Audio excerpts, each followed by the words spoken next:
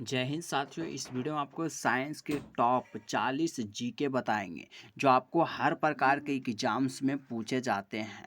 और इसके साथ साथ में यदि आप इन सारे सवालों को अच्छी तरीक़ा से जान जाते हैं तो आप अपने जीवन को काफ़ी बेहतरीन और अच्छा कर सकते हैं। तो चलिए दोस्तों, इस वीडियो को आपको कम्प्लीटली देखते रहना। और क्वेश्चन नंबर पहला दिया है, इंसान के पेट में कौन सा अम्ल पाया जाता है। ऑप्शन ए में दिया है सल्फोनिक अम्ल, ऑप्शन नंबर बी में दिया हाइड्रोक्लोरिक अम्ल, ऑप्शन नंबर सी में दिया हाइड्रोक अम्ल, ऑप्शन नंबर डी में दिया इनमें से कोई नहीं। तो option number B the absolutely right answer. हमारे जो पेट में पाया जाता है वो हाइड्रोक्लोरिक अम्ल पाया जाता है, और हाइड्रोक्लोरिक अम्ल के ही कारण हमारे भोजन का पाचन शुद्ध रूप से हो पाता है। तो option number B the absolutely right answer. चलिए नेक्स्ट क्वेश्चन की ओर बढ़ते हैं। अगला क्वेश्चन से, महिलाओं में दूध किससे बनती है। बहुत अच्छा क्वेश्चन है। ऑप्शन नंबर ए में दिया है STH, ऑप्शन नंबर बी में दिया है TSH, ऑप्शन नंबर डी में दिया है LTH, और ऑप्शन नंबर डी में दिया ऑल एडमिशन से सही। तो देखिए, महिलाओं में जो दूध का निर्माण होता है वो होता है LTH हार्मोन्स के द्वारा, यानी option number C is the absolutely right answer.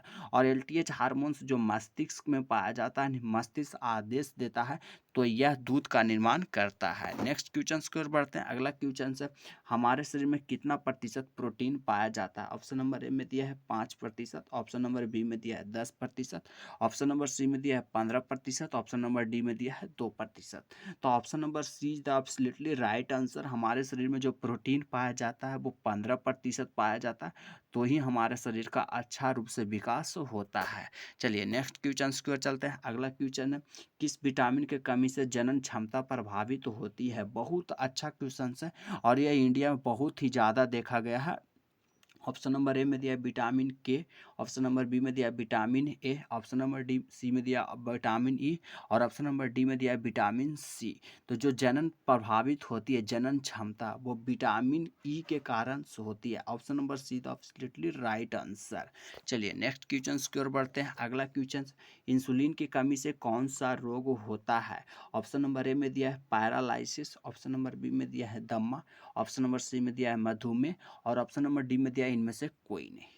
तो जो इंसुलिन कमी से होता है जिंक जिंक के कमी से जो होता है मधुमेह, यानी जिसे बोला जाता है शुगर, यानी option number see the right answer. और जो मधुमेह शुगर का जो बीमारी होता है वो बहुत ही ज़्यादा घाव जो शरीर में कर देता है और जल्द ठीक भी नहीं होता, और यह बीमारी जो होता है थोड़ा सा एजेड होने के बाद होता है, और इसमें से जिंक की मात्रा थोड़ी बढ़ जाती, कम जाती। चलिए नेक्स्ट क्वेश्चन की ओर चलते हैं। अगला क्वेश्चन से, स्त्रियों में अंडा का निर्माण कौन सा हार्मोन्स करता है। ऑप्शन नंबर में दिया रिलैक्सिन, ऑप्शन नंबर बी में दिया एस्ट्रोजन, ऑप्शन नंबर सी में दिया प्रोजेस्टेरोन, ऑप्शन नंबर डी में दिया इनमें से कोई नहीं। तो फीमेल्स और मेल्स में जो होता है, फीमेल्स में जो अंडा का निर्माण होता है उसमें जो मदद करता है वो oestrogen. Option number B the absolutely right answer. देखिए, फीमेल्स में हार्मोन्स 3 प्रकार के पाए जाते हैं। जो यहाँ पे जो तीनों प्रकार के हार्मोन्स लिखल है, रिलैक्सिन, एस्ट्रोजन, प्रोजेस्टेरोन, ये तीनों प्रकार के हार्मोन पाए जाते हैं, लेकिन सभी का काम अलग अलग है।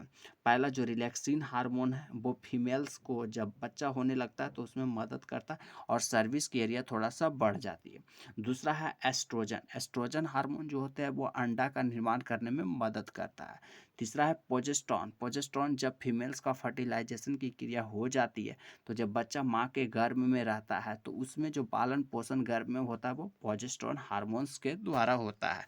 ये नेक्स्ट क्वेश्चन की ओर बढ़ता है। अगला क्वेश्चन है, घाव भरने में मदद करता है। ऑप्शन नंबर ए में दिया है RBC, ऑप्शन नंबर बी में दिया है WBC, ऑप्शन नंबर सी में दिया है लास्का, और ऑप्शन नंबर डी में दिया है इनमें से कोई नहीं। तो जो लास्का जो होता है हमारे घाव को भरने में मदद करता है, यानी option number see the absolutely right answer. Next question की ओर चढ़ते हैं। अगला क्वेश्चन है, मस्तिष्क का वजन कितना होता है। एक सामान्य मस्तिष्क का देखा गया, ऑप्शन नंबर ए में दिया है 1000 ग्राम, ऑप्शन नंबर बी में दिया है 800 ग्राम, ऑप्शन नंबर सी में दिया है 900 ग्राम, ऑप्शन नंबर डी में दिया है 1200 से 1400 ग्राम। तो option number D the absolutely right answer. जो मस्तिष्क का जो वजन होता है वो 1200 से 1400 ग्राम एक एवरेज देखा गया है। नेक्स्ट क्वेश्चन की ओर बढ़ते हैं। अगला क्वेश्चन है, ब्लड प्रेशर कितना होता है। बहुत अच्छा क्वेश्चन है।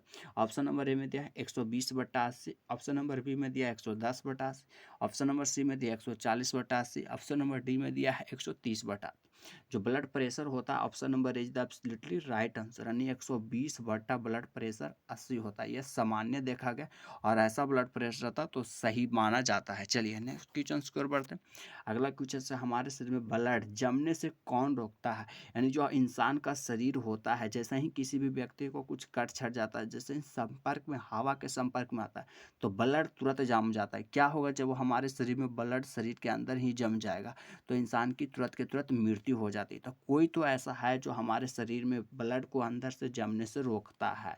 ऑप्शन नंबर ए में दिया है हेपरिन, ऑप्शन नंबर बी में दिया लिम्फोसाइट, ऑप्शन नंबर सी में दिया है सोडियम और ऑप्शन नंबर डी में दिया है थ्रोम्बिन। हेपरिन जो होता है option number is the absolutely right answer. Heparin जो होता है हमारे शरीर में ब्लड को जमने से रोकता है। चलिए नेक्स्ट क्वेश्चन की ओर बढ़ते हैं। निषेचन की क्रिया कहाँ होती है? ऑप्शन नंबर ए में दिया है गर्भाशय, ऑप्शन नंबर बी में दिया है अंडा वाहिनी, ऑप्शन नंबर सी में दिया अंडा ग्रंथि, ऑप्शन नंबर डी दिया है इनमें से कोई नहीं। तो option number B the absolutely right answer. जो निषेचन की क्रिया फर्टिलाइजेशन की क्रिया होती है वो अंडा वाहिनी में होता है। देखिए कुछ इस तरह से एक फिगर लिए हैं, इसमें जो इसे जो बोला जाता है सर्विक्स, जो हम अपने जीवन में यूज करते हैं इसे बोला जाता है यूट्रस, और यहाँ पे होता है ओवरी, अंडा का निर्माण होता है और जैसे ही अंडा का निर्माण होने के बाद 7 दिन के बाद मैच्योर्स होकर के यहाँ पे चले आते हैं और यहीं पे फर्टिलाइजेशन की क्रिया होती है जिसे हिंदी में बोला जाता है अंडा वाहिनी। और जैसे ही फर्टिलाइजेशन की क्रिया हो जाती है फिर से वापस यहाँ से यूट्रस में चले आते हैं।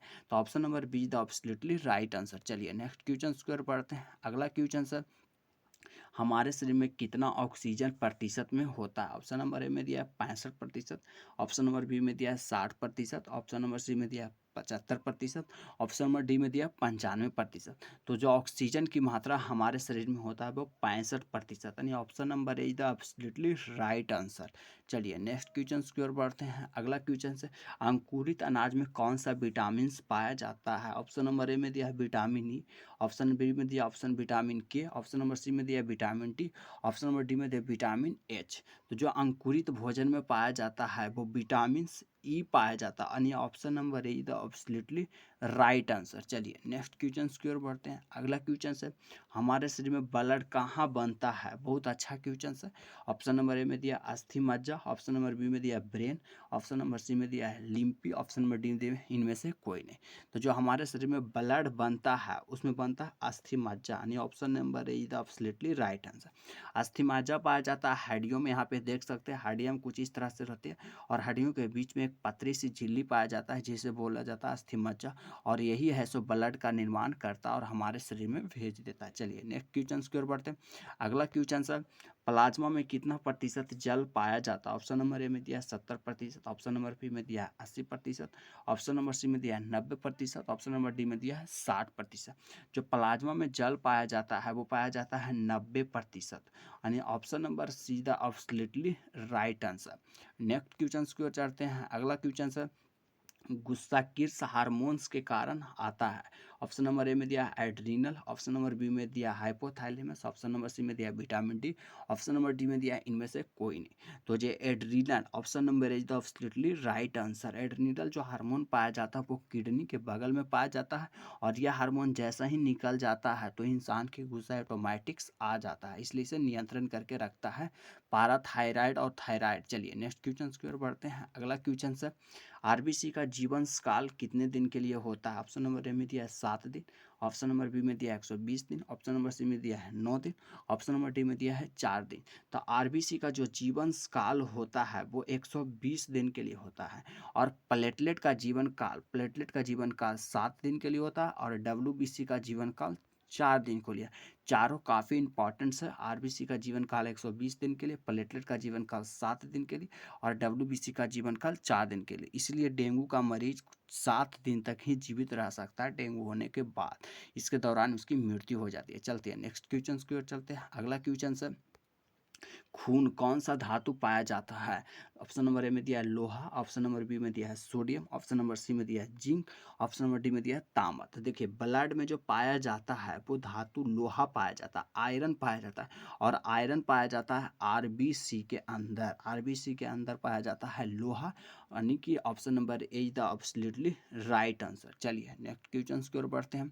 अगला क्वेश्चन है, चलिए क्विज़न समाप्त हो गया। उम्मीद करता हूँ कि आप इस तरह के सवाल अच्छे से समझ गए होंगे। तो हमारे चैनल को सब्सक्राइब करें, वीडियो को लाइक करें, दोस्तों के साथ शेयर करें। इसके साथ जय हिंद, वंदे मातरम।